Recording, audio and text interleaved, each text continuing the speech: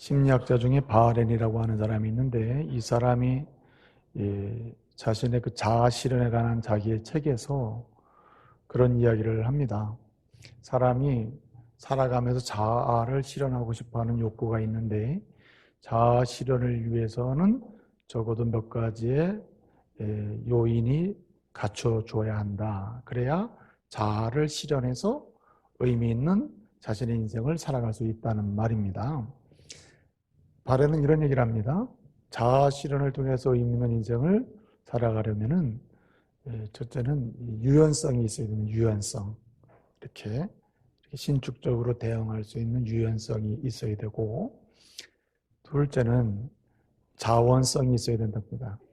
아무리 유연성이 있어도 강제적으로 할 수 없이 떠밀려서 하는 상황에서는 자아 실현의 가치를 경험하기가 어렵다는 거예요.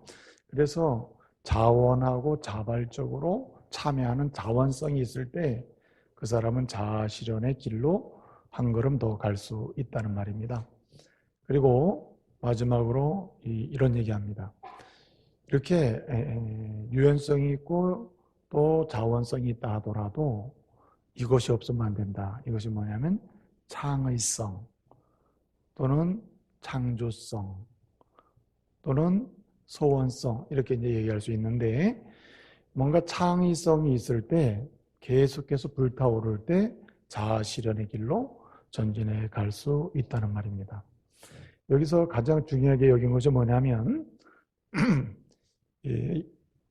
죄송합니다. 유연성도 중요하고, 그리고 이렇게 자원성도 중요하지만 반드시 창의성이 있어야 되는데, 이 창의성은 새로운 곳에 대한 기대감 내지는 새로운 것을 찾으려고 하는 열망, 뭐 이런 겁니다. 이런 것들이 강하게 집중적으로 일어나야 된다는 거죠. 그래서 이 세 번째를 굉장히 중요하게 설명을 하는데, 이 창의성 이 부분을 새롭게 우리 모두가 쉽게 그냥 설명하면은 한마디로 소원성이에요. 소원성. 강하게 뭔가 소원하는 게 없으면 자아 실현을 이룰 수가 없다는 말입니다. 여러분, 강하게 뭔가 불타오르는 소원이 있나요? 예? 되는 대로 삽니다. 예? 여러분, 아무쪼록 오늘 이 예배 가운데 오신 여러분 모두가 우리 하나님 앞에 우리 자신을 드리면서 강한 소원이 불일 듯 일어나기를 말씀으로 축복합니다.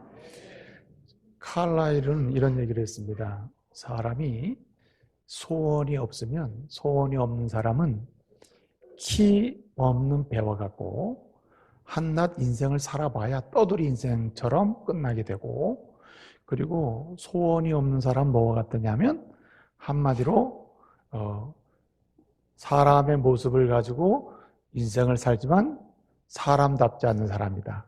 인간답지 않는 사람이다. 이렇게 평가를 했습니다. 바렌이나 칼라일이나 이런 말을 하는 이유의 초점은 소원의 중요성을 말하는 거예요. 사람이 소원이 있어야 된다. 소원이. 사실은 소원이라고 하는 말 자체가 뭘 보여주냐면 사람의 인격을 보여줍니다. 당신의 소원이 뭡니까?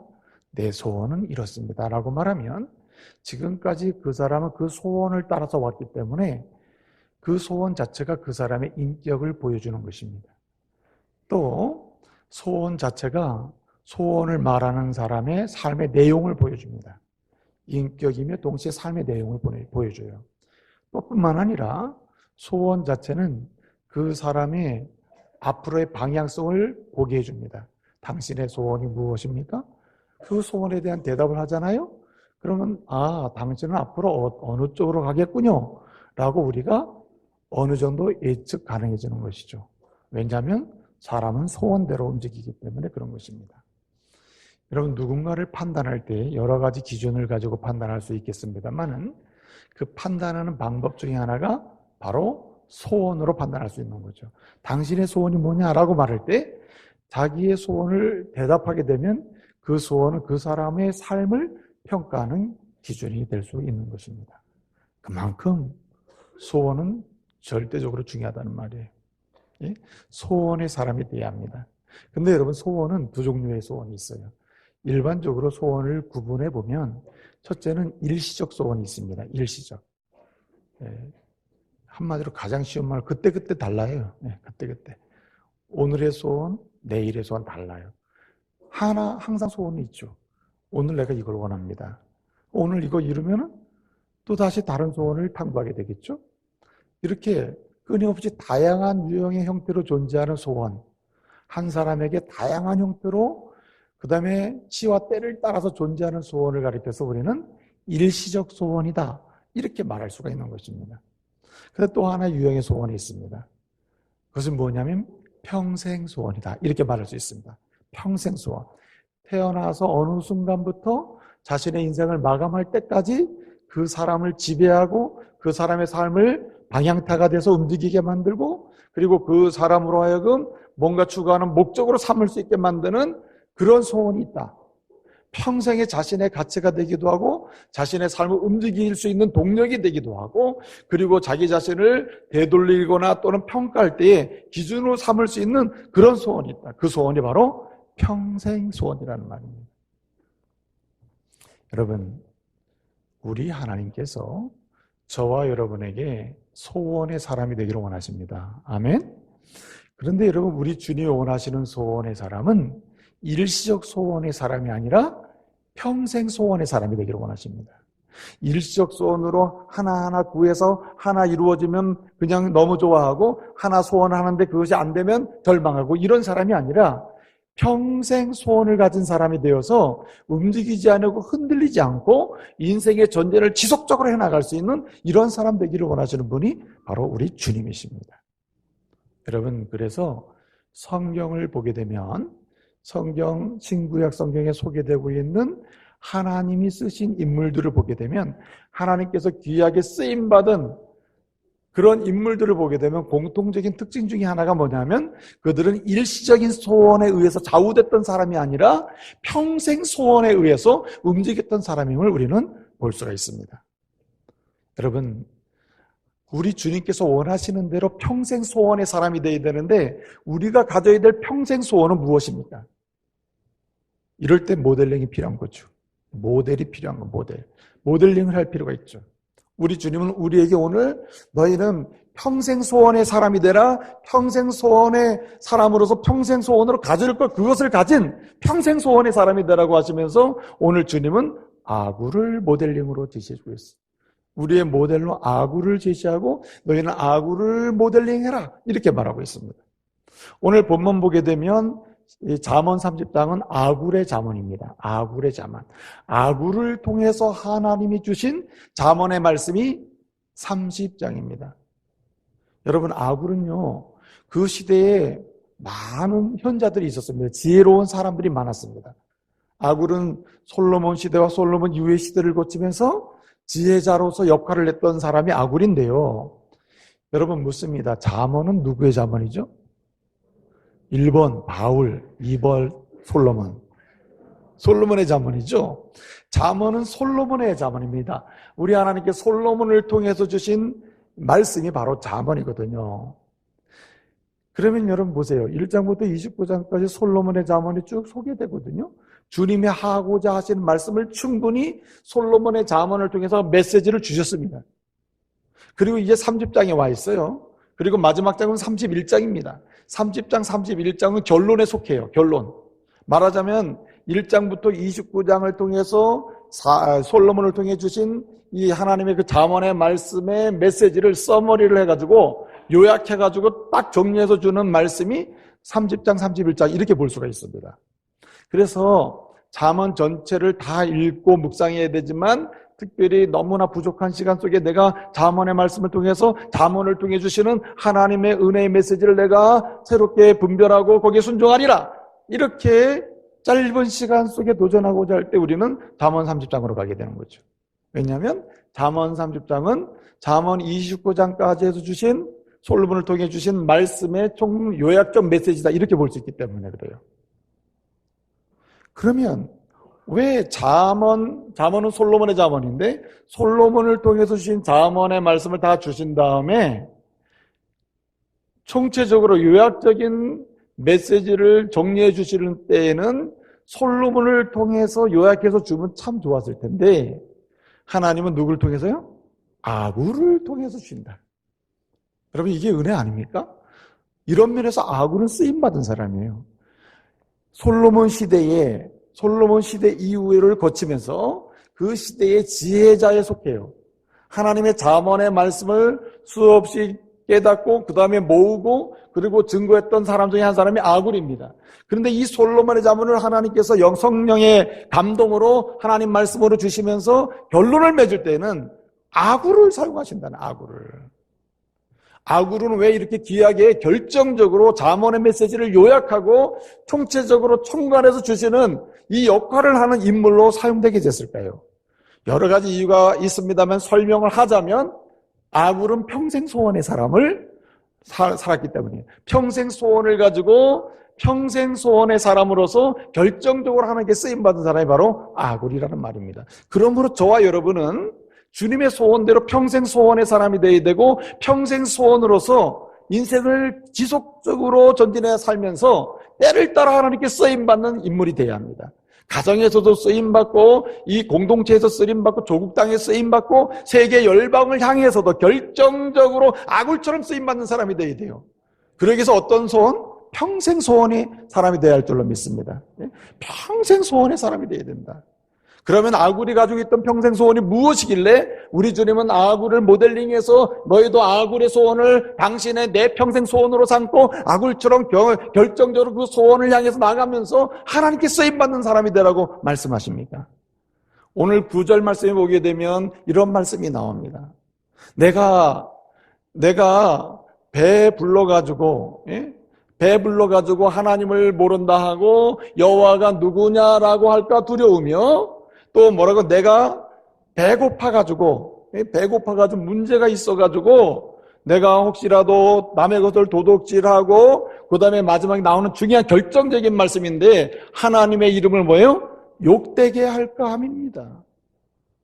부하게도 하시고 가난하게도 하지 마십시오. 나로 하여금 헛된 것과 8절에 있는 말씀 헛된 것과 그리고 거짓말을 내게서 멀리하게 하옵시고 나로 하여금 부하게도 마시고 가난하게도 마옵소서. 왜냐하면 9절에 나로 하여금 내가 배부르게 되면 하나님을 모른다고 하나님 누구냐 하고 내가 배가 고프면은 어떻게 해요? 내가 남의 것을 도둑질하고 심지어는 하나님의 이름을 욕되게 할까 내가 걱정입니다. 이렇게 결론 내고 있어요.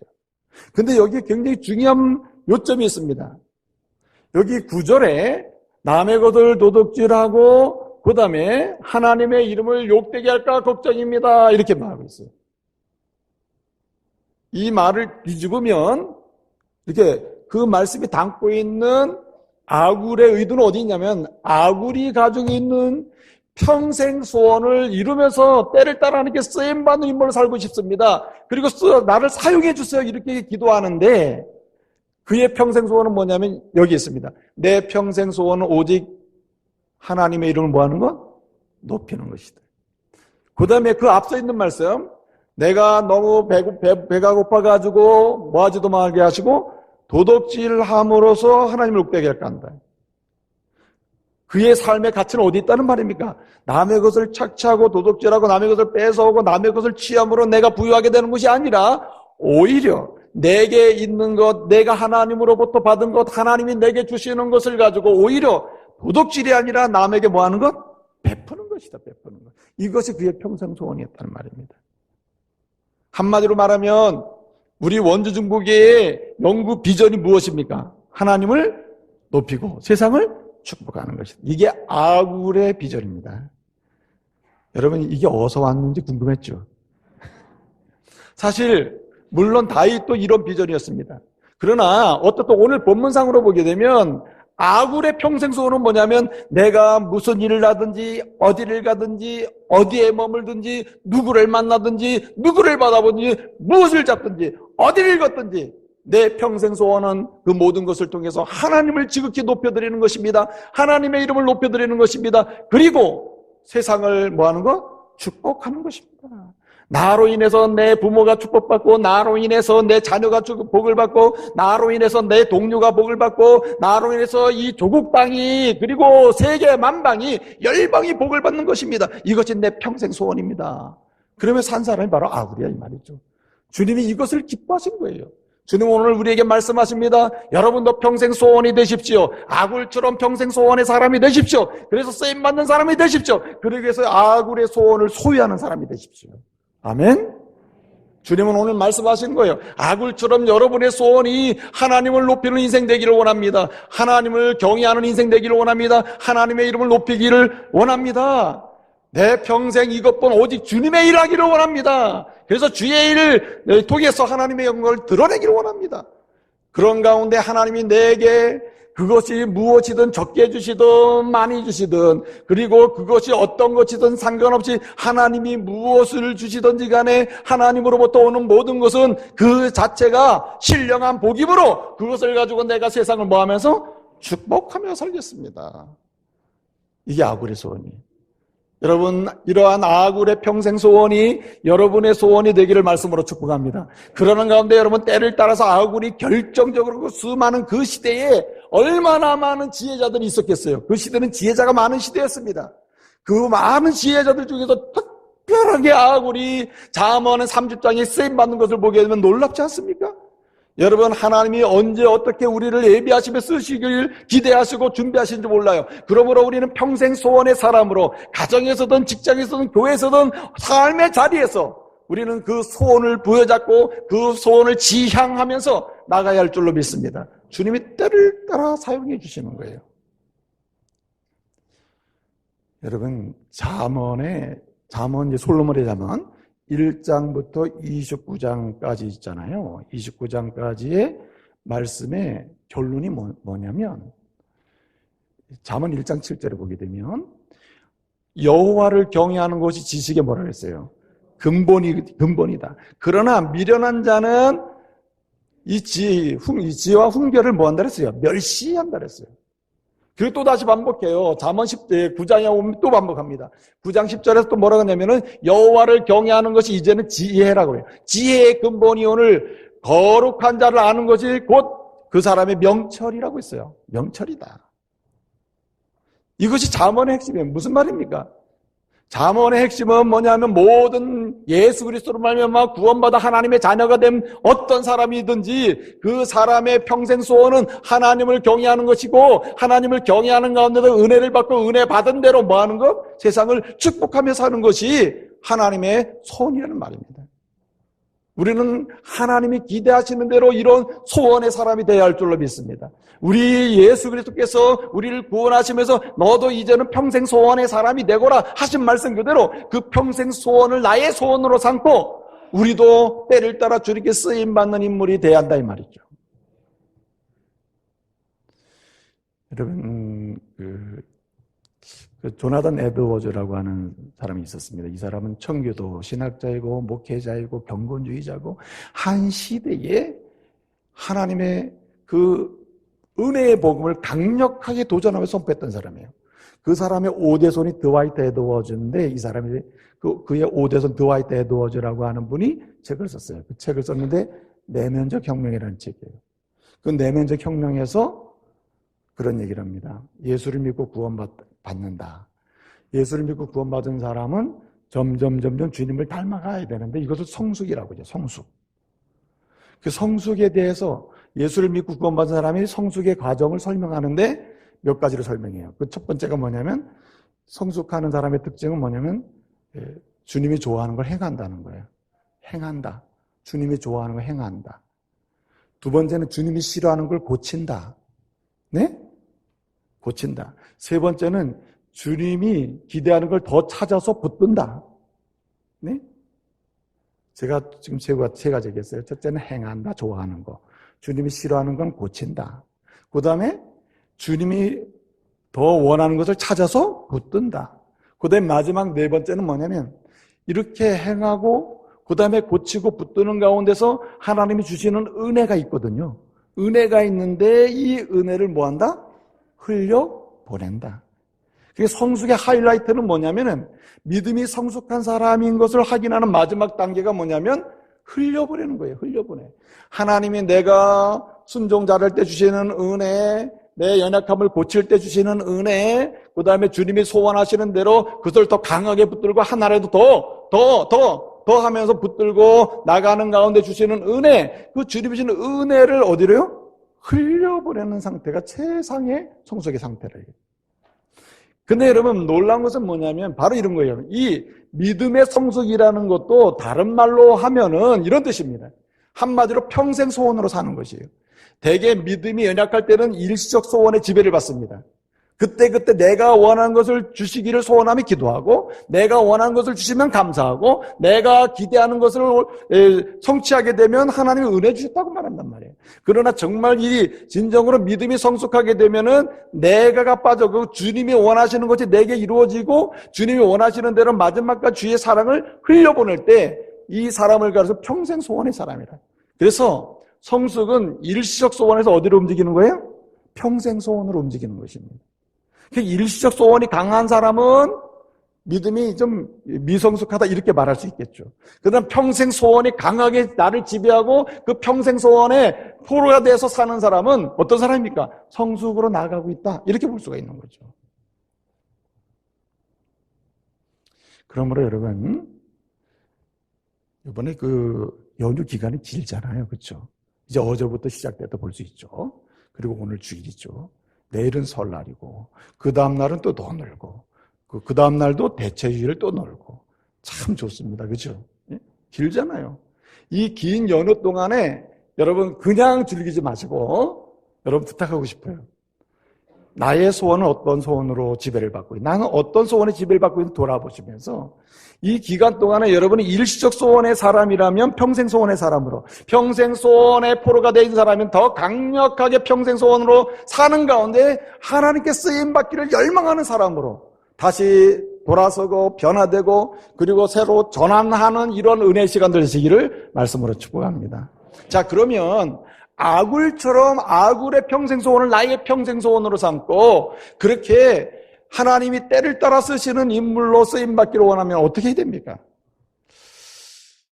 아직도 이 감동이 없어서 눈을 껌뻑껌뻑거리고 그리고 또 눈이 자꾸만 이렇게 내려가고 이거 아주 다양한 형태의 그림이 그려지고 있어요. 그래서 제가 하나 더 말씀을 드리는데 보세요. 여호와를 경외하는 사람 어떻게 된다 그랬죠? 제가 막 기도하면서 붙들고 아주 확신에 차서 이 말씀 붙들고 늘 지내는데 제가 자주 말씀드리잖아요. 전도서 8장 12절 말씀. 또 내가 아노니. 아는 게 힘이다. 아는 게 힘이고 믿음의 힘이에요. 이게. 또 내가 아노니. 내가 반드시 알아야 될 게 있다. 그게 뭡니까? 전도서 8장 12절 하반절 보기에는 또 내가 아노니 여호와를 경외하여 그를 경외하는 자들은 잘 될 것이요. 믿으시기 바랍니다. 어떤 분은 관심 없는 분도 있어요.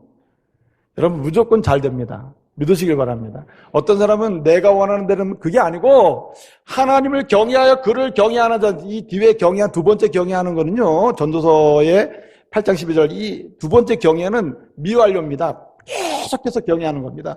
하나님을 경외하여 그를 경외하는 자들은 계속해서 경외하는 데에 몰두하는 사람은 하나님이 잘되게 하신다는 거예요. 잘되는 것도 계속입니다. 계속. 이 잘되는 포인트는 뭐냐면 영혼이 하나님으로 인하여 즐겁고 범사가 하나님을 기쁘시게 드리며 강건한 인생을 산다는 거예요. 믿으시길 바랍니다.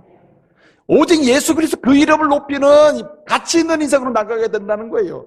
내가 원하는 인생이 아니라 주님의 원하시는 인생으로 그 발걸음이 이동하게 되고 방향을 잡게 되고 반드시 틀어가게 된다는 거예요. 좋지 않습니까? 그러니 평생 소원의 사람이 돼야 돼요. 여호와를 경외하는 것 평생 소원. 그렇게 해서 받는 은혜 잘 되는 것을 가지고 세상을 향해 축복하는 평생 소원. 그 소원으로 살아야 할 줄로 믿습니다. 그러기 위해서는 아굴을 봐야 돼요.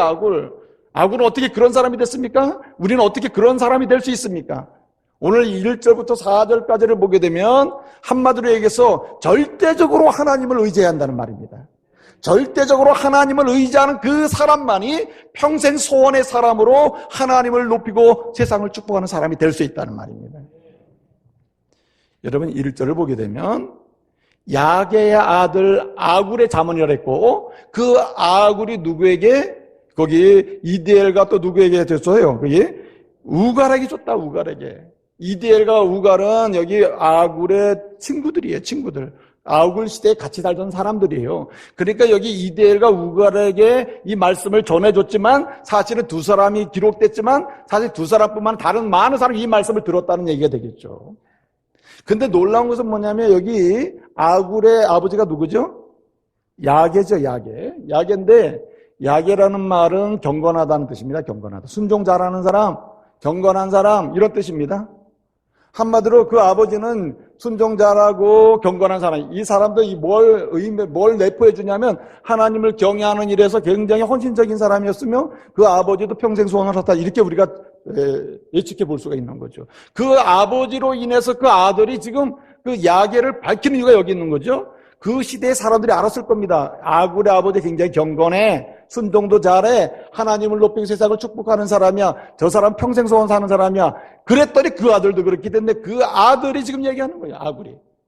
아굴의 원래 의미는 모은다는 뜻입니다. 모으는 사람, 수집하는 사람, 하나님이 좋아하는 걸 모아서 알려주는 사람, 하나님으로부터 받은 말씀을 드러내는 사람, 이미 선포된 하나님 말씀을 다른 사람이 알기 쉽게 전파해주는 사람, 모아서 알려주는 사람, 이렇게 해석할 수가 있습니다. 아굴은 모으는 사람이라는 뜻이에요. 근데 그 아굴이 바로 평생 소원이 사람이 되었다. 때를 따라 이렇게 결정적으로 잠언 30장 요약하는 결정적인 쓰임받는 인물이 되었다. 어떻게 그렇게 되었을까? 그는 다른 것은 몰라도 결정적인 순간순간마다 그는 하나님을 절대적으로 의지했다는 말입니다. 사실은 자기의 가능성을 보는 사람은 하나님 의지하기 어려워요.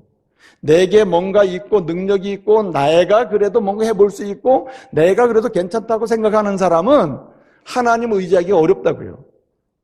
여러분, 이 아굴, 솔로몬 시대, 솔로몬 이제 시대 이후에 걸쳐서 이 아굴의 시대인데 그 아굴이 살던 시대에 사람들이 볼 때 아굴은요 현자입니다. 현자, 지혜자예요. 야, 저 사람 좀 어떻게 저렇게 살지? 야, 저 사람이 좀 배워야 되겠다. 예를 들어서 여기 이디엘과 우갈에게 말씀을 전할 정도로 이렇게 들려줄 정도로 했으니까 굉장히 뛰어난 사람이죠. 그런데 이 아굴이 뭐라고 얘기합니까? 2절을 보니까 이렇게 말합니다. 나는 다른 사람에 비하면 뭐라? 짐승이라. 나는 다른 사람에 비하면 여기 짐승이라고 표현한 말은 우둔하다는 말입니다. 한마디로 무지 그 자체다. 그 다음에 또 뭐라고 얘기합니까? 다른 사람에 비하면 나는 짐승이고 내게는 사람의 총명이 있지 않다. 이건 무슨 말이에요? 사람이 똑똑하다고 하고 있는 그런 것들조차도 내게는 없다는 말입니다. 그러면 진짜 그런가? 아니에요. 아굴은 그것이 똑똑한 사람이라니까요. 현자입니다. 현자. 그런데 어떻게 이런 말을 하냐면 이런 그 당시에 똑똑한 사람이 현자요. 그 다음에 다른 사람이 우러올 만한 사람임에도 불구하고 나는 다른 사람에 비하면 짐승이다. 아주 미련한 사람이다. 무지하다. 그 다음에 다른 사람처럼 사람들이 말하는 그 나름대로의 사람의 총명도 없다. 한마디로 무능력하다는 말이에요. 내가 사는 방법은 누구 의지하는 거? 하나님 의지하는 것이다. 난 내 자신도 의지하지 않으며 사람을 의지하지 않는다는 뜻이에요. 오늘 여기 3절을 보면 뭐라고 얘기하면 나는 배운 적도 없으면 배우지도 못했고 사실 똑똑한 사람이거든요. 그런데도 자기 자신을 평가하면 나는 사실 많이 배웠을 겁니다. 그러나 실제 배울 것을 제대로 배우지 못한 사람이 나다. 그리고 또 뭐라고 얘기합니까? 하반절에서 배우지도 못했을 뿐만 아니라 거룩한 자를 알지도 못하다. 거룩한 자를 아는 지식도 없다. 여기 쉐도캠이라는 말이 나와요. 쉐도캠. 쉐도캠이라는 말은 거룩한 사람이라는 뜻인데 하나님에 관한 얘기거든요. 내가 이렇게 많이 알고 많은 사람 나를 뭐라고 부를지 모르는 나는 알고 보면 하나님을 제대로 모르는 사람이야. 하나님 앞에 서면 나는 무지하고 무능력해. 그러니 나는 전능하신 하나님을 의지함으로 내 인생을 살 수밖에 없어. 할렐루야. 여러분 이런 은혜가 있기를 말씀으로 축복합니다. 여러분 세상에서 어떠한 포지션이 좀 높거나 지식이 좀 있거나 또 세상에서 어떤 내놓을 만한 어떤 자리를 가지고 있거나 뭔가 물질과 부유함을 가지고 있다고 해서 여러분 얼마나 우리가 심리적으로 자부심을 갖냐 말이에요. 주님은 말씀하십니다. 너의 심리적 자부심이든 어떤 것 내려놓고 우리 주님만이 당신의 주인이고 내 인생의 유일한 인도자이고 내 인생을 만들어가는 유일한 메이킹하는 분이라고 이렇게 믿을 때 그 사람의 인생은 평생 소원의 사람으로 바뀔 줄로 믿습니다. 우리 주님이 그걸 원하시는 거예요. 그걸. 예? 평생 소원의 사람. 주님을 절대로 의지합니다. 여러분 오늘 4절 보면 뭐라고 말씀하냐면 이렇게 말합니다. 하늘로 올라갔다가 땅에 내려온 자가 누구냐? 하나님을 가리키는 말입니다. 또 바람을 움직이는 사람이 누구며 동시에 하늘의 물을 움직이는 분이 누구냐? 이 자연 만물을 움직이는 사람이 누구냐 이 말이에요. 그 다음에 또 뭐라고 설명하고 있습니까? 땅의 모든 것의 끝을 정하신 분이 누구냐? 4절에 말합니다 하고 그런 말이에요. 사람이 한 게 도대체 있느냐? 자연현상적인 뭐라도 움직이는 사람의 능력이 가미된 게 있으며 올라갔다 내려갔다 이 우주만 통치하는 분이 있으며 한마디로 땅의 모든 것의 시작 끝을 정한 분이 있느냐 말이에요. 다 하나님의 손에 움직이지 않느냐. 내가 알고 있다. 그렇기 때문에 나는 내가 알고 있는 모든 것, 내가 가지고 있는 모든 것 아무것도 아니로되 오직 주님만이 나의 모든 것임을 고백하는 거예요. 할렐루야. 여러분 남은 인생을 살아갈 때는요 정말 내가 아니라 하나님을 절대적으로 신뢰하고 의지하는 믿음의 종들 되시길 바랍니다. 이런 사람이 평생 소원으로 때를 따라 쓰임받는 거예요. 여러분 다윗이 얼마나 지혜로운 사람입니까? 다윗 똑똑하지 않습니까? 우리 주님이 다윗을 통해서 하나의 표상으로 삼아서 오실 메시아를 예표해 줬잖아요. 그만큼 귀한 인물들 중에 한 사람이에요 다윗이. 근데 다윗이 왜 그렇게 때를 따라 왕으로 오실 예수님을 예표하는 인물로 쓰임받냐 말이에요. 예? 왜 그렇습니까? 다윗이 자기 자신을 가리켜서 뭐라고 그럽니까? 예? 시편 131편 1절 2절 이하를 쭉 보게 되면요 자기 자신은 젖된 아이와 같다. 한마디로 무능하다는 뜻이에요. 오직 나는 주님으로 인하여 존재하고 주님 때문에 뭔가 할 수 있는 사람이다. 주님 안에서 나는 가능성을 찾는다는 거죠. 여러분 그 아버지의 그 아들이라고요. 솔로몬은 어떻습니까? 솔로몬이 지혜의 사람 아닙니까? 똑똑한 사람 아니에요? 판단 능력이 뛰어난 사람이죠. 솔로몬이 자기 자신은 주님을 향하여 뭐라 그럽니까? 나는 어린아이라. 나는 출입할 줄도 모르고 아무것도 못해요. 그러므로 주님이 주시는 은혜가 아니면 불가능합니다. 우리 하나님이 글을 쓰신 줄로 믿습니다. 글을 쓰시는 거예요. 누가복음 5장에 보면 말입니다. 우리 주님이 부른 베드로가 소개되고 있어요. 베드로가 자기 자신이 굉장히 뛰어나고 또 똑똑하고 경험도 많고 나이도 있고 뭐 여러 가지 생각을 했을 겁니다. 주님 앞에 딱 서서 자기 자신을 발견해요. 그러면서 말합니다. 주님을 딱 발견한 다음에 주님을 믿고 고백한 다음에 와 그렇구나. 내 인생의 평생 소원으로 바뀌고 내 평생 소원 오직 하나님께 영광 돌리는 복된 인생을 사는 길이 있다면 우리 주님 의지하는 거구나. 뭐라고 합니까? 주여 나를 떠나세요. 떠나달라는 말이 아니죠. 주님밖에 없습니다. 누가복음 5장 8절 하반절 뭐라 그럽니까? 나는 죄인 이로소이다. 난 더 이상 희망이 없는 죄예요. 주님만이 내 안에 계셔야 내가 희망 있는 사람이 된다는 거죠. 여러분 절대적으로 주님을 의지할 때 그렇게 약한 남편도 귀하게 보인다고 그렇게 미약하게 보이는 아내도 예쁘게 보여요. 그런 은혜가 있기를 바랍니다. 왜냐하면은 주 안에서 사람이 새로워지는 거지 내 관점에서 보면은 비교 대상이 되기 때문에 항상 문제가 되는 거예요. 그러나 여러분 주님이 쓰시는 평생 소원의 사람은 절대적으로 주님의 안경으로 보는 거예요. 주님을 의지하고 주님 때문에 세상을 보게 되는 거죠. 또 한 가지는 오늘 여기 말씀 보게 되면요. 오늘 5절 6절 말씀을 보게 되면 이렇게 말씀하고 있습니다. 당신이 아굴의 평생 소원으로 살면서 때를 따라 쓰임받는 인물이 되려면 어떻게 되는가? 절대적으로 세상의 소리를 듣지 말고 하나님 말씀의 소리를 따라가라는 말입니다. 할렐루야.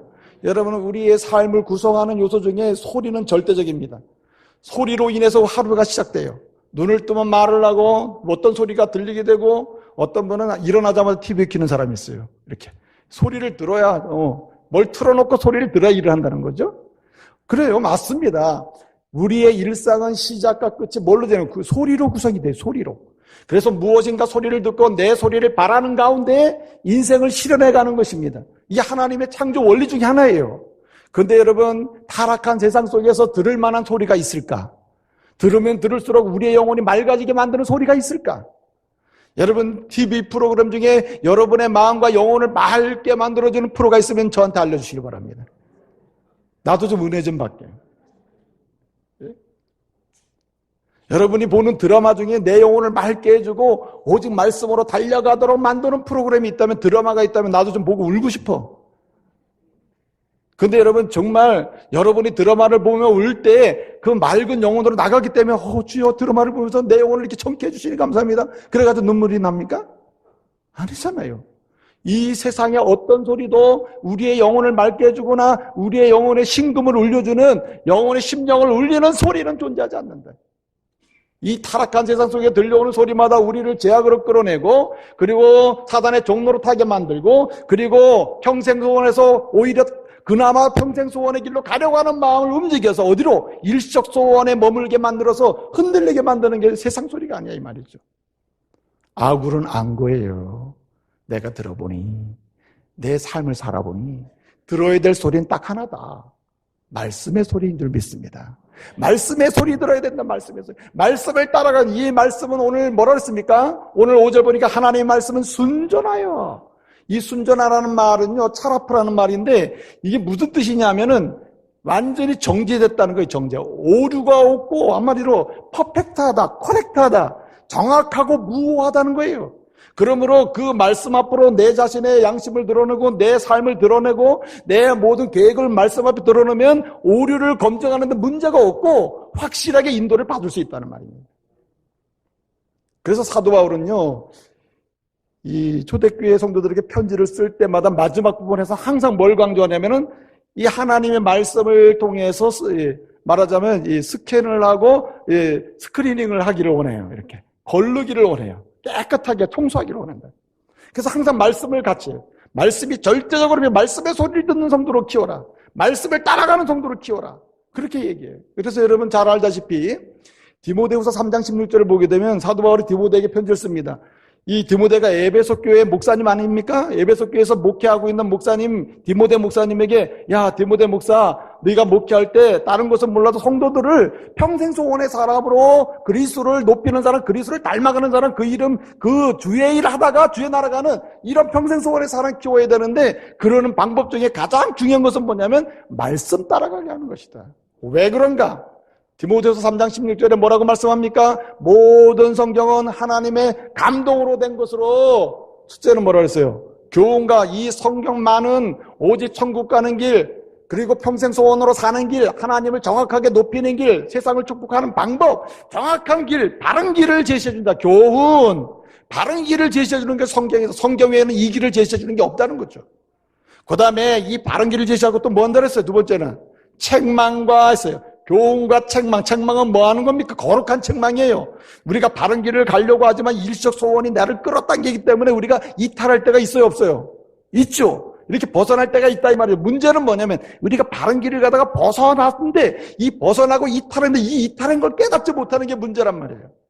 그런데 여러분 바른 길을 가는 가운데 우리가 이탈했을 때 너 이탈했어. 그리고 거룩한 책망의 음성을 들려주는 말씀, 그거 성경이라 이 말이죠. 그래서 성경을 끝까지 붙드는 한, 성경의 소리를 끝까지 듣는 한 이 사람은 아무리 이탈해도 결국은 깨닫게 될 줄로 믿습니다. 아하, 내가 이탈했구나, 문제가 있구나 알 수 있다 이 말이에요. 그 다음에 여러분 말씀은 또 세 번째가 뭐라 했어요? 교훈과 책망, 거룩한 책망이, 그 다음에 이탈한 상태에서 돌아오지 못하는 사람이 있어요. 알긴 알아요. 내가 압니다, 목사님. 내가 잘못했다는 거 알아요. 교회 다녀야 된다는 거 알아요. 내가 이렇게 살면 안 된다는 거 알아요. 근데 못 온다니까. 못 온단 말이에요. 이렇게 못 와요. 못 오는 이유가 뭡니까? 말씀의 은혜를 받아야 되는데 받지 못하니까 못 오는 거예요. 하나님 말씀을 끝까지 듣고 그 말씀의 소리를 따라가는 사람은 결정적으로 이탈한 것을 깨달은 다음에 어떻게 해요? 되돌아올 줄로 믿습니다. 그게 바르게 함이에요. 바르게 함. 바르게 함. 이 교훈과 책망과 바르게 한다는 것은 리턴 시킨다는 거예요. 돌아오게 만들어 놓는다. 무엇이? 말씀이 그렇게 되는 거예요.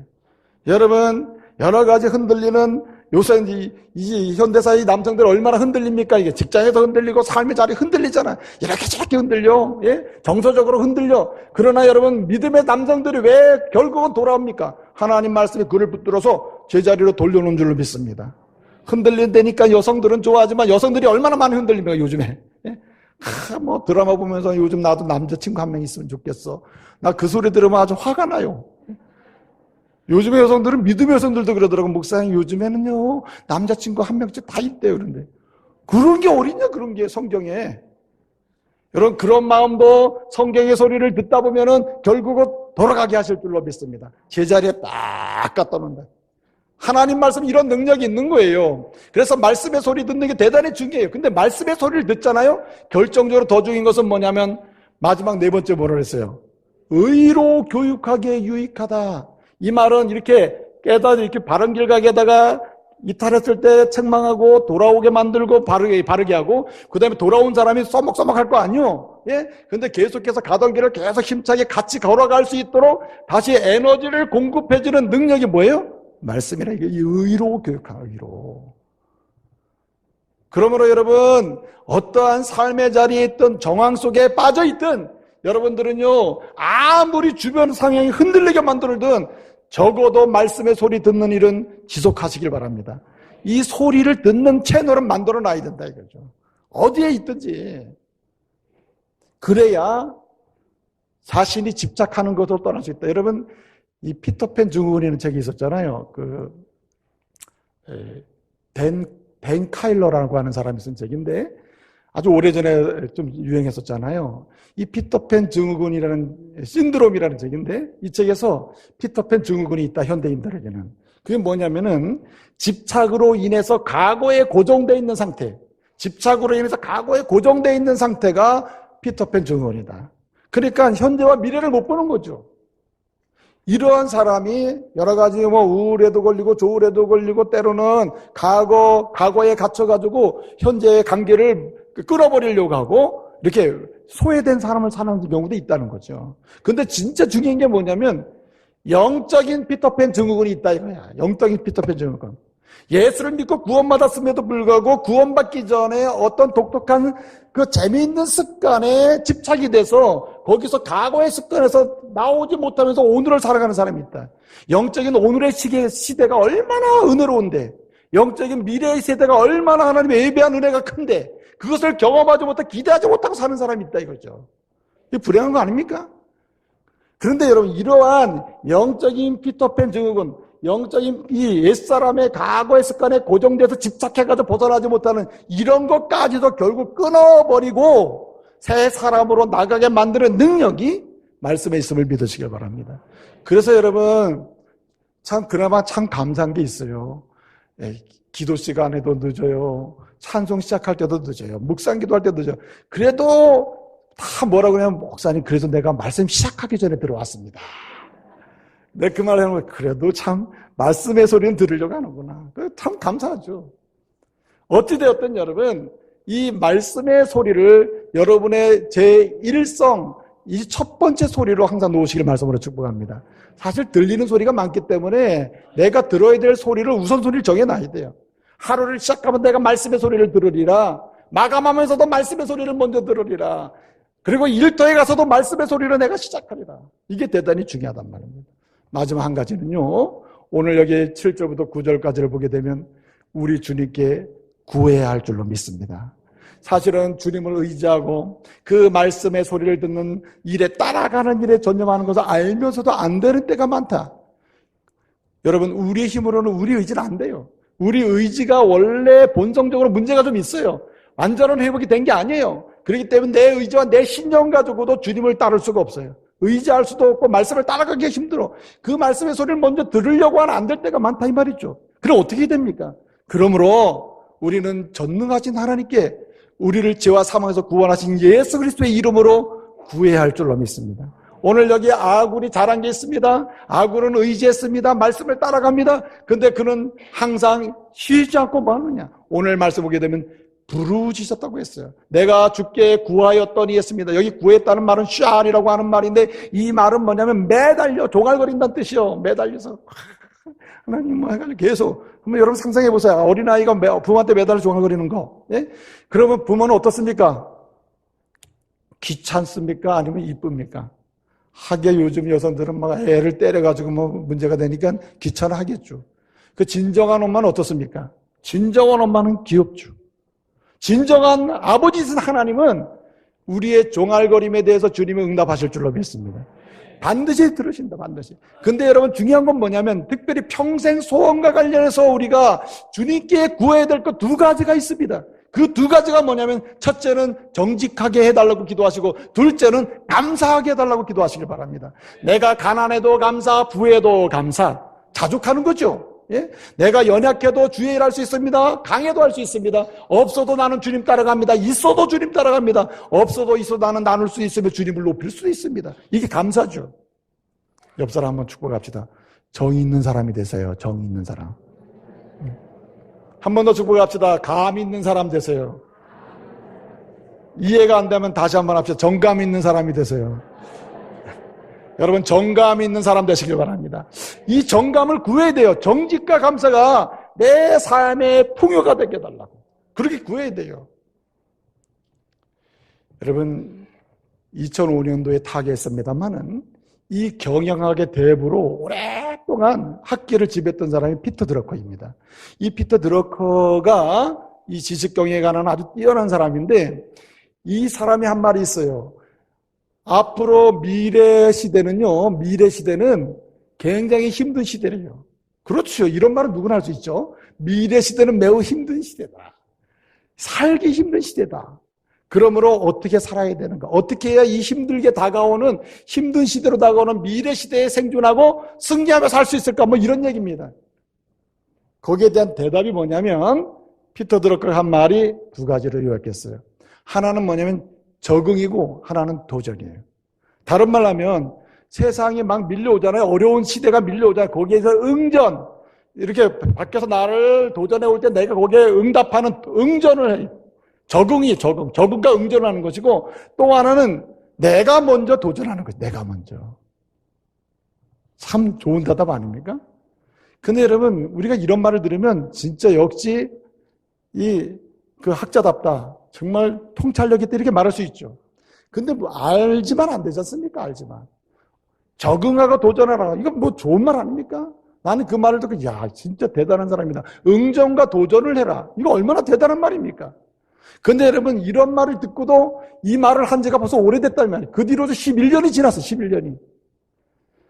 어려운 시대를 계속 닥치고 있어요. 그 말을 알고 있지 못하는 게 너무 많아요. 여러분 우리 힘으로는 안 된다니까요. 여러분 우리에게 정직과 감사가 있어야 돼요. 이 모든 힘은 주님이 주시는 것입니다. 그러므로 여러분 때를 따라 때를 얻든지 못 얻든지 예수 그리스도의 이름으로 부르짖어 기도해야 할 줄로 믿습니다. 쉬지 않고 기도해야 됩니다. 무시로 기도해야 됩니다. 성령을 의지해서 기도해야 됩니다. 감사로 기도해야 됩니다. 그럴 때 주님은 어떤 상황에서도 정직함으로 감사함으로 도전할 수 있는 은혜도 주시고 그리고 전진할 수 있는 기회도 주실 줄로 믿습니다. 이제 말씀을 마치겠습니다. 보소익이라고 하는 폴 보소익이라고 하는 사람이 그리스도인을 두 종류로 나눴어요. 한 종류는 세속적 그리스도인이 있고 한 종류의 사람은 세계적인 그리스도인이 있다는 말입니다. 세속적 그리스도인은 어떤 사람이냐면은 한마디로 얘기하면 소원으로 말하면 일시적 소원의 사람이에요. 내가 원하고 내가 소원하고 내가 그때 구하는 거 잘 주면 그걸 나는 신앙생활을 아주 잘하는 것이다. 그거면 난 좋다. 하나님이 이런 하나님으로 내가 남아있으면 된다. 이렇게 사는 사람이에요. 한마디로 자기 만족과 자기 영적인 유익과 자기가 원하는 것을 구하기 위해서 하나님이 필요한 사람. 그리고 그렇게 믿음의 여정을 그냥 그 정도에서 걸어가는 사람은 세속적인 그리스도인이라고 했어요. 근데 여러분 세계적인 그리스도인이 있다. 세계적인 그리스도인. 나도 하나님의 복을 받고 다른 사람도 복을 받게 하는 평생 소원으로 사는 사람을 가리켜서 세계적인 그리스도인이 되라고 했습니다. 세계적인 그리스도인. 여러분 어떤 그리스도인이 되고 싶습니까? 아니 지금까지 여러분들은 세속적인 그리스도인이었습니까? 아니면 세계적인 그리스도인이었습니까? 여러분 대답은 듣지 않겠습니다. 연휴 기간 마칠 때 여러분 스스로 질문하세요. 나는 어떤 그리스도인인가? 우리 모두가 세계적인 그리스도인이 되기를 말씀으로 축복합니다. 하나님을 마음껏 높여드리고 또 하나님 주시는 은혜를 가지고 나도 복을 받지만 내 가정과 가문과 자녀와 그리고 이 조국 땅과 그리고 열방이 나로 인해서 복을 받게 하는 세계적인 그리스도인으로 일어설 수 있는 평생 소원의 사람 되시기를 말씀으로 축복합니다.